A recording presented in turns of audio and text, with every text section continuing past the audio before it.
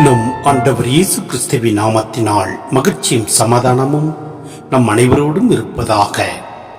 யோவான் 3:14-21 முடிய. பாலை நிலத்தில் மோசையால் பாம்பு உயர்த்தப்பட்டது போல மானிட மகனும் உயர்த்தப்பட வேண்டும். அப்போது அவரிடம் நம்பிக்கை கொள்ளும் அனைவரும் நிலை வாழ்வு பெறுவர். தம் ஒரே மகன் மீது நம்பிக்கை கொள்ளும் யாவரும் அழியாமல் நிலை வாழ்வு பெறும் பொருட்டு அந்த மகனையே அளிக்கும் அளவுக்கு கடவுள் உலகின் மேல் அன்பு கூர்ந்தார். உலகிற்கு தண்டனை தீர்ப்பளிக்க அல்ல, தம் மகன் வழியாக அதை மீட்கவே கடவுள் அவரை உலகிற்கு அனுப்பினார். அவர் மீது நம்பிக்கை கொள்வோர் தண்டனை தீர்ப்புக்கு ஆளாவதில்லை. ஆனால் நம்பிக்கை கொள்ளாதோர் ஏற்கனவே தீர்ப்பு பெற்றுவிட்டனர். ஏனெனில் அவர்கள் கடவுளின் ஒரே மகனிடம் நம்பிக்கை கொள்ளவில்லை. ஒளி உலகிற்கு வந்திருந்தும் தம் செயல்கள் தீயவனவாய் இருந்ததால் மனிதர் ஒளியை விட இருளையே விரும்பினர்.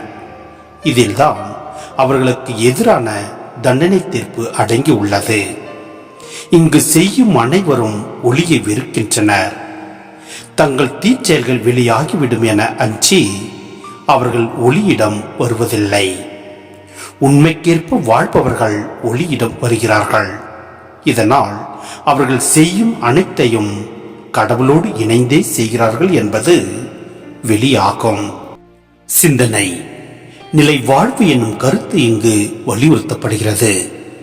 எண்ணிக்கை நூல் 21:8-9 உயர்த்தப்பட்ட வெண்கல பாம்பை நோக்கியோர் அனைவரும் வாழ்வு பெற்றது போன்று சிலுவையில் உயர்த்தப்பட போகும் இயேசுவை நோக்கி நின்று அவர் காட்டும் வழியில் நடப்போர் அனைவரும் நிலை வாழ்வு பெறுவர்.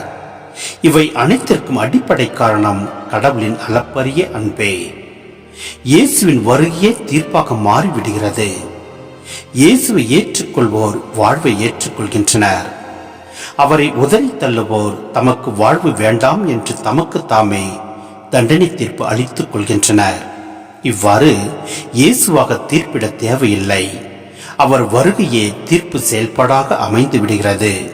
எனவே நம் ஆண்டவர் இயேசுவை நாம் எதிர்நோக்கி இருப்போம். அவரது வார்த்தைக்கிணங்க நாம் செயல்படுவோம். எல்லாம் அல்ல இறைவன் நம்மை நிறைவாய் ஆசீர்வதிப்பார். ஆமேன்.